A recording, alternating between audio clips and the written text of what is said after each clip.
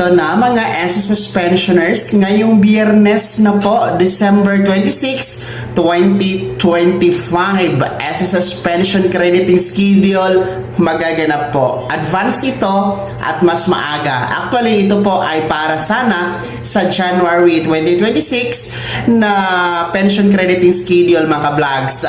Para sa ating mga pensyonadong kabilang po sa unang batch, yung mga tumatanggap po ng pensyon every first day of the month o yung mga mayroong date of contingency o araw ng kapanganakan, araw ng pagkamatay, pagkasakit o pagkabalda mula 1st to 15th day of the month. Dapat sana January 1 ang original na pension crediting, no? Kaso lang yan po ay bagong taon. Hindi talaga pwedeng mag-credit ng pensyon kapag natapat sa national holiday o di naman po weekend. So bagong taon po yan, January 1. Taon-taon naman po talaga. Ganyan talaga ang nagaganap.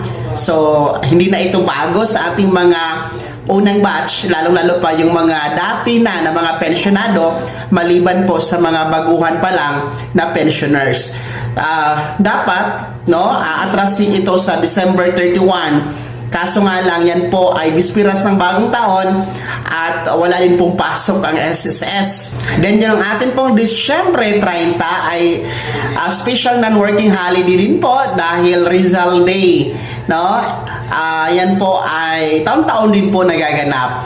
Dapat sana December 29 ang magiging pension crediting ng ating mga unang batch, no? Kaso lang po, yan ay dineklara ni Pangulong Bongbong Marcos sa pamamagitan po ng Proclamation number 111 na nagdeklarang special non-working holiday o walang pasok po sa gobyerno December 29. Kabilang po ang SSS since ito nga po ay state-run insurance corporation.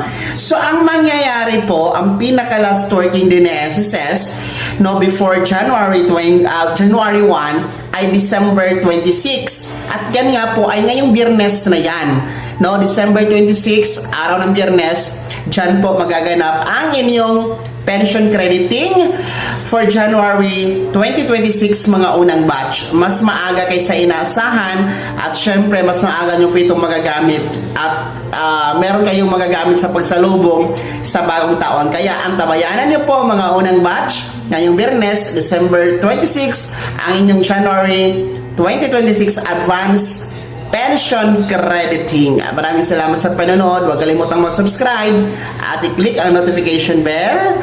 Ilagay sa all para una ka sa mga balita. Advance Merry Christmas and Advance Happy New Year!